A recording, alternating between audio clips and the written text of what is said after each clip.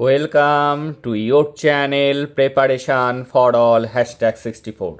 Dear learners, it is your channel. আজকে D.El.Ed part 1 EVS থেকে আরও একটি গুরুত্বপূর্ণ কোশ্চেন এবং তার আনসার নিয়ে আজকের ক্লাসে আলোচনা করা হবে। এবং যারা ক্লাসটি দেখছো তোমরা কয়েকবার জাস্ট দেখে নাও, তাহলে নিজেরাই কিন্তু নিজের ভাষাতে লিখে আসতে পারবে এবং একটি ভালো স্কোর করতে পারবে। আজকে এই কোশ্চেনটি আমাকে একজন রিকোয়েস্ট করেছে, আজকে রিকোয়েস্টের একটি ক্লাস এবং এটি জেনে রাখা অত্যন্ত জরুরি। দেখো, পরিবেশ বিজ্ঞান কোন কোন বিষয়ের উপর নির্ভরশীল, উদাহরণসহ ব্যাখ্যা। দেখো, পরিবেশ বিজ্ঞান কতগুলি বিষয়ের সমন্বিত একটা বিষয়। পরিবেশ বিজ্ঞান অর্থাৎ এনভায়রনমেন্টাল সায়েন্স এমন একটি বিষয় যা যা আমাদের চারপাশের প্রকৃতি, জীবজন্তু, গাছপালা, জল, বায়ু, মাটি ও মানুষের পারস্পরিক সম্পর্ক নিয়ে আলোচনা করে। এটি আমাদের শেখায় কিভাবে পরিবেশকে রক্ষা করতে হয় এবং প্রকৃতির সঙ্গে ভারসাম্য রেখে জীবনযাপন করতে হয়। একদম সহজ সরল ভাষায় লেখা। তাহলে পরিবেশ বিজ্ঞান কি? পরিবেশ বিজ্ঞান হলো এমন একটি বিষয় যা আমাদের চারিপাশের প্রকৃতি, জীবজন্তু, গাছপালা, জল, বায়ু, মাটি ও মানুষের পারস্পরিক সম্পর্ক নিয়ে আলোচনা করে।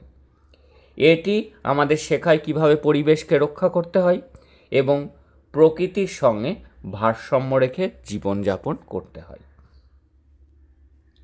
পরিবেশ বিজ্ঞান কোনো একটি একক বিষয় না, কোনো একটি বিষয় নিয়ে কিন্তু পরিবেশ তৈরি বিজ্ঞান এই সাবজেক্টটি তৈরি হয়নি, এর সাথে জুড়ে আছে আরও অনেকগুলি বিষয়। এটি বহু বিষয়ের সমন্বয়ে গঠিত। নিচে আমরা আলোচনা করব পরিবেশ বিজ্ঞান কোন কোন বিষয়ের উপর নির্ভরশীল এবং কিভাবে সেই বিষয়গুলো পরিবেশ বিজ্ঞানকে সমৃদ্ধ করে। দেখো, জীবন বিজ্ঞানের কিন্তু একটা সংযোগ আছে পরিবেশ বিজ্ঞানের সাথে। যখন আমরা টেট পড়ব তখন পরিবেশ বিজ্ঞান মানে ওই কেবলমাত্র পরিবেশ বিজ্ঞানের কতগুলি চ্যাপ্টার, তাই পড়লে কিন্তু টেটে আমরা সব কোশ্চেনের আনসার করতে পারি না, কারণ এর সাথে আনুষঙ্গিক যে চ্যাপ্টারগুলি আছে সেগুলিও আমাদের জানতে হয়। যেমন জীববিজ্ঞান। জীববিজ্ঞান পরিবেশ বিজ্ঞানের একটি গুরুত্বপূর্ণ অংশ। এই বিষয় আমাদের শেখায় কিভাবে উদ্ভিদ ও প্রাণীর পরিবেশের সঙ্গে সম্পর্ক রাখে, তারা কিভাবে খাবার খায়, শ্বাস প্রশ্বাস নেয় ও বংশ বিস্তার করে। এগুলি আমরা রয়েছে, এই বিষয়গুলি কি জীববিজ্ঞানের কিন্তু অংশ হিসাবে কিন্তু রয়েছে। যেমন আমরা উদাহরণের সাহায্যে দেখতে পারি, এরকম উদাহরণও দিয়ে দেবে, একদম বাস্তব ভিত্তিক উদাহরণ। মাছ জলের মধ্যে বাস করে এবং মাছ জল থেকে অক্সিজেন গ্রহণ করে,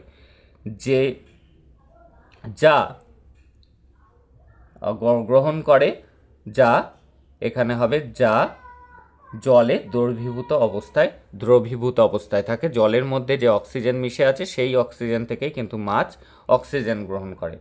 আবার গাছপালা বাতাস থেকে কার্বন ডাইঅক্সাইড গ্রহণ করে এবং অক্সিজেন ছাড়ে। এই প্রক্রিয়া জীবন ও পরিবেশের ভারসাম্য বজায় রাখে। তাহলে উদাহরণটা বুঝলে, মাছ জলে বাস করে এবং মাছ কিন্তু বাতাস থেকে অক্সিজেন গ্রহণ করে না, জলে যে অক্সিজেন দ্রবীভূত অবস্থায় থাকে সেখান থেকে কিন্তু সে অক্সিজেন গ্রহণ করে। আবার গাছপালার ক্ষেত্রে কি দেখব, গাছপালা বাতাস থেকে কার্বন ডাইঅক্সাইড গ্রহণ করে এবং অক্সিজেন ছাড়ে। এই প্রক্রিয়া জীবন ও পরিবেশের ভারসাম্য বজায় রাখে। এটি আমরা কোথা থেকে জানতে পারি? এই বিষয়টি পরিবেশ বিজ্ঞানে অন্তর্ভুক্ত হয়েছে কোথা থেকে? জীববিজ্ঞান থেকে। আর রসায়নের সাথে কি সম্পর্ক রয়েছে পরিবেশ বিজ্ঞানের? রসায়নের সাহায্যে আমরা পরিবেশের বিভিন্ন রাসায়নিক বিক্রিয়া ও তার প্রভাব বুঝতে পারি। বায়ু দূষণের কারণ ও তার প্রতিকার জানতে রসায়ন গুরুত্বপূর্ণ।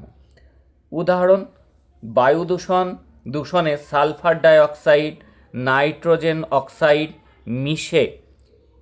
মিলে অ্যাসিড বৃষ্টি সৃষ্টি করে, যা গাছপালা ও স্থাপত্যের ক্ষতি করে।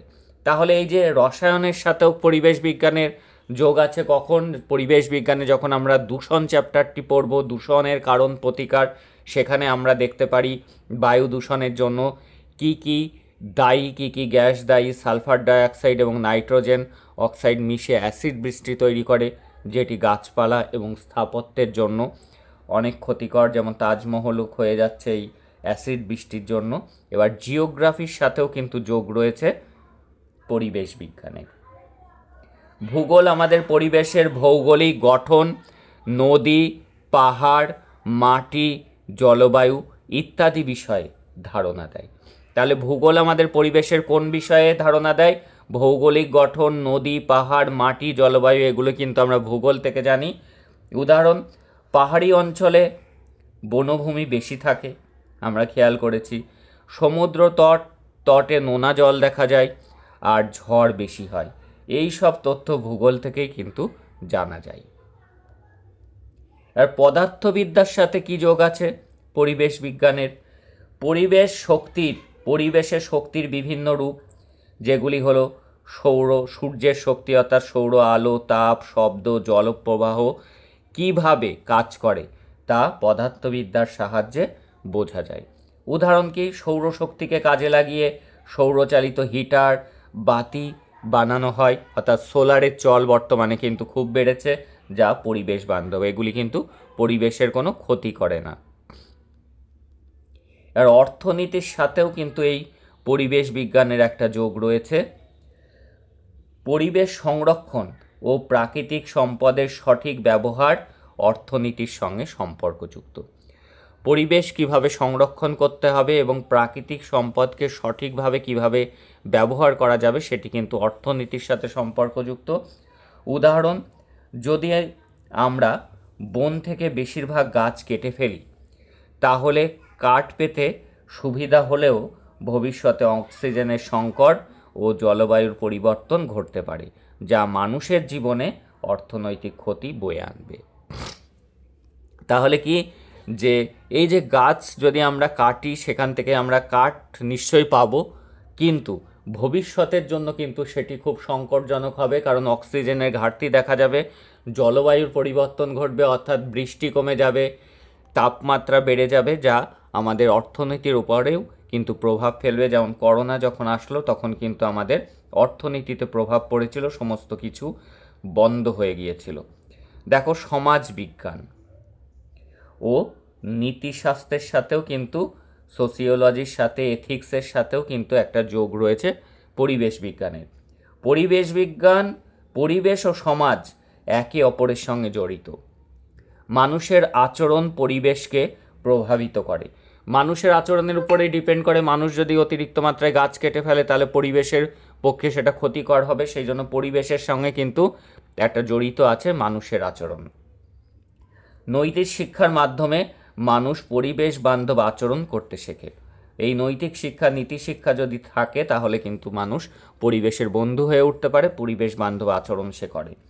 উদাহরণ, মানুষ যদি প্লাস্টিকের ব্যবহার কমায়, তবে নদী ও মাটি দূষণ কমবে। এটা সামাজিক সচেতনতার ফল। এবার উপসংহারে কি লেখা যেতে পারে? পরিবেশ বিজ্ঞান একটি আন্তঃবিষয়ক শাস্ত্র, অর্থাৎ অনেকগুলো বিষয় এর সাথে রিলেটেড। জীববিজ্ঞান, রসায়ন, ভূগোল, পদার্থবিদ্যা, অর্থনীতি ও সমাজবিজ্ঞান সব কিছু মিলে পরিবেশ বিজ্ঞান গঠিত হয়। তাই এই বিষয় ভালোভাবে বুঝতে হলে এই প্রতিটি বিষয় সম্পর্কে প্রাথমিক ধারণা থাকা প্রয়োজন। পরিবেশকে রক্ষা করার জন্য আমাদের এই সব বিষয়ের জ্ঞান কাজে লাগাতে হবে। আমাদের দায়িত্ব হলো প্রকৃতিকে ভালোবাসা, দূষণ রোধ করা, গাছ লাগানো এবং প্রাকৃতিক সম্পদের সৎ ব্যবহার করা, যাতে আগামী প্রজন্মের জন্য সুন্দর একটি পৃথিবী রেখে যেতে পারি। এই ছিল আজকের একটি গুরুত্বপূর্ণ ক্লাস। যারা ক্লাসটি করলে তারা নিশ্চিন্ত থাকো, এখান থেকে এই কোশ্চেনটি যদি আসে, তুমি কিন্তু বিষয়টি বুঝে গেলে নিজের ভাষাতেই তোমরা কিন্তু লিখে আসতে পারবে, এবং নিজের ভাষাতে লিখে আসলে কিন্তু ভালো মার্কস তোলা সম্ভব। That's all today. দেখা হচ্ছে পরের ক্লাস।